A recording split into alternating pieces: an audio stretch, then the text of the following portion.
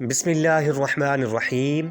خواتین و حضرات، السلام علیکم ورحمۃ اللہ وبرکاتہ۔ ناظرین کرام، حضرت جابر بن عبداللہ انصاری سے روایت ہے کہ ایک انصاری نوجوان جس کا نام سلبہ بن عبد الرحمن تھا، جو حضور نبی کریم صلی اللہ علیہ وآلہ وسلم کی خدمت کیا کرتا تھا اور آپ علیہ الصلاۃ والسلام کے موضع مبارک بنایا کرتا تھا، ایک مرتبہ نبی کریم صلی اللہ علیہ وآلہ وسلم نے انہیں کسی کام کے لیے بھیجا۔ وہ چلتے ہوئے کسی انصاری کے گھر کے دروازے کے پاس سے گزرا تو اسے گھر کے اندر عورت غسل کرتے ہوئے نظر آ گئی، اور ساتھ ہی آپ رضی اللہ تعالی عنہ کو یہ خیال گزرا کہیں نبی کریم صلی اللہ علیہ وآلہ وسلم کو بذریعہ وحی اس بدنگاہی کا پتہ نہ چل جائے۔ چنانچہ وہ نوجوان اس خوف کی وجہ سے جدھر منہ تھا بھاگ نکلا، مکہ مکرمہ اور مدینہ منورہ کے درمیان جا کر چھپ گیا۔ ادھر حضرت جبرائیل علیہ السلام آپ صلی اللہ علیہ وآلہ وسلم کی بارگاہ اقدس میں حاضر ہوئے اور کہا، یا رسول اللہ صلی اللہ علیہ وآلہ وسلم، رب تعالی آپ کو سلام کہتا ہے اور اللہ رب العزت فرما رہا ہے کہ آپ کی امت میں سے ایک شخص پہاڑوں میں مجھ سے پناہ کی درخواست کر رہا ہے۔ نبی کریم صلی اللہ علیہ وآلہ وسلم نے حضرت عمر فاروق اور حضرت سلمان فارسی رضی اللہ تعالی عنہم کو ان کی تلاش کا حکم دیا۔ دونوں حضرات حکم کی تکمیل کرتے ہوئے مدینہ منورہ کی پہاڑی راستوں سے ہوتے ہوئے اس کی تلاش میں چل دیے۔ راستے میں انہیں مدینے کا رہنے والا زفافہ نامی ایک چرواہا ملا۔ حضرت عمر فاروق رضی اللہ تعالی عنہ نے اس سے پوچھا کہ تجھے ان پہاڑوں میں کسی نوجوان کا علم ہے جس کا نام سلبہ ہو؟ اس چرواہے نے کہا، شاید آپ اس نوجوان کا پوچھ رہے ہیں جو جہنم کے ڈر سے بھاگا ہوا ہے۔ حضرت عمر رضی اللہ تعالی عنہ نے اس سے کہا، تجھے کیسے علم ہے کہ وہ جہنم سے بھاگا ہوا ہے؟ اس چرواہے نے جواب دیا کہ جب آدھی رات ہوتی ہے تو وہ نوجوان ان پہاڑوں سے نکلتا ہے اور کہتا ہے، اے کاش تو میری روح کو قبض کر کے مجھے روز قیامت حساب کے وقت رسوائی سے بچا لے۔ حضرت عمر رضی اللہ تعالی عنہ نے کہا، ہمیں اسی نوجوان کی تلاش ہے۔ چرواہا ان دونوں حضرات کو ساتھ لے کر پہاڑ پر گیا۔ حضرت عمر رضی اللہ تعالی عنہ اس کی طرف بڑھے اور جا کر اس کا سر اپنی گود میں لے لیا۔ اس نوجوان نے کہا، اے عمر رضی اللہ تعالی عنہ، کیا رسول اللہ صلی اللہ علیہ وآلہ وسلم کو میرے گناہ کا پتہ چل گیا ہے؟ حضرت عمر رضی اللہ تعالی عنہ نے کہا، مجھے نہیں پتہ، البتہ کل آپ علیہ الصلاۃ والسلام کے سامنے تمہارا ذکر کیا گیا تو آپ صلی اللہ علیہ وآلہ وسلم نے مجھے اور سلمان کو تمہاری تلاش کا حکم فرمایا تھا۔ اس نوجوان نے کہا، اے عمر، مجھے ایسے وقت نبی کریم صلی اللہ علیہ وآلہ وسلم کی خدمت اقدس میں لے کر جانا جب آپ علیہ الصلاۃ والسلام نماز میں مشغول ہوں۔ چنانچہ دونوں حضرات حضرت سلبہ کو ساتھ لے کر آ گئے۔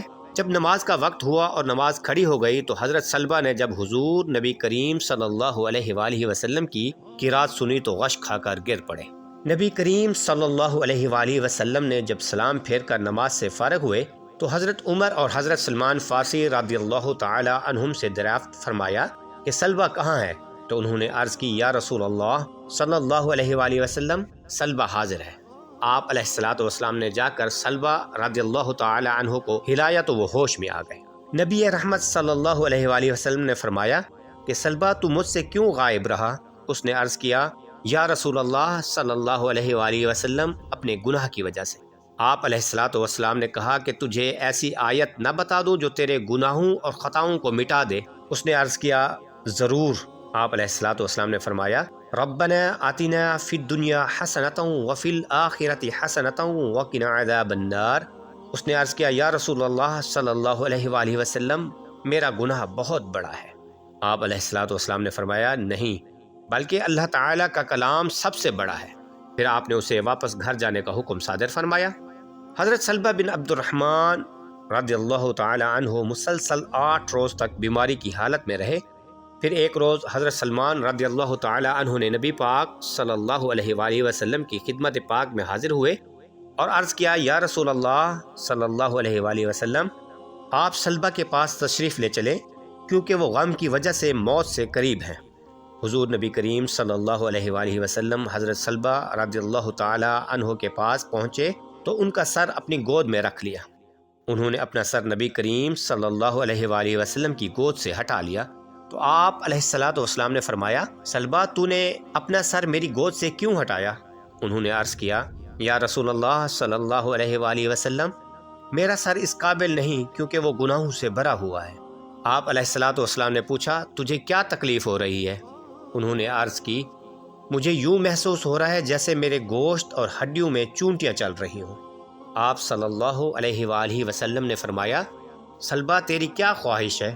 انہوں نے عرض کیا، یا رسول اللہ صلی اللہ علیہ وآلہ وسلم، میں یہ چاہتا ہوں کہ میرا رب مجھے معاف کر دے۔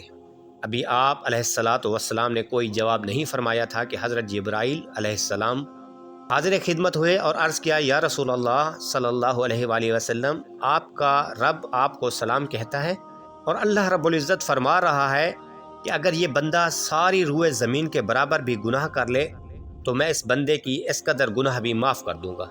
چنانچہ حضور نبی کریم صلی اللہ علیہ وآلہ وسلم نے اللہ رب العزت کا یہ فرمان اس نوجوان کو سنایا تو اس نے ایک زوردار چیخ ماری اور اللہ کو پیارا ہو گیا۔